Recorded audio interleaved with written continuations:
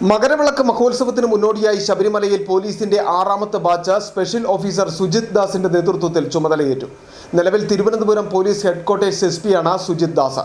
പുതിയ 11 ഡിവൈഎസ്പിമാരുടെ കീഴിൽ 34 സിഐമാരും 1486 civil police ഓഫീസർമാരും ഉൾപ്പെടെ 1534 പോലീസുകാരാണ് ചുമതലയേറ്റത്.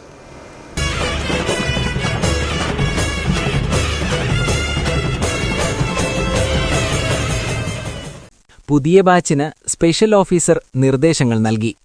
അയ്യപ്പ ഭക്തന്മാർക്ക് സുഗമമായ ദർശനം ഒരുക്കിക്കൊടുക്കണം.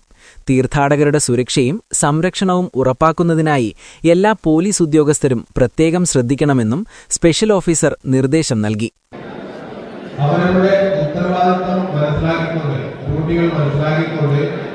പരമാവധി കഴിവ് ഉപയോഗിച്ച് യാതൊരു വിധത്തിലുള്ള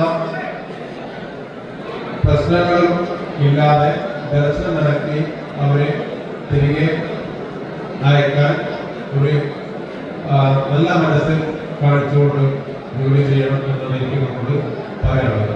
ശബരിപീഠം, മരക്കൂട്ടം, സോപാനം, 18ാം പടി, നടപ്പന്തൽ, യു-ടേൺ, ശരംകുത്തി, കൊടിമരം, മാളികപ്പുറം, പാണ്ടിത്താവളം, KECB എന്നിവയാണ് പ്രധാന ഡ്യൂട്ടി പോയിന്റുകൾ.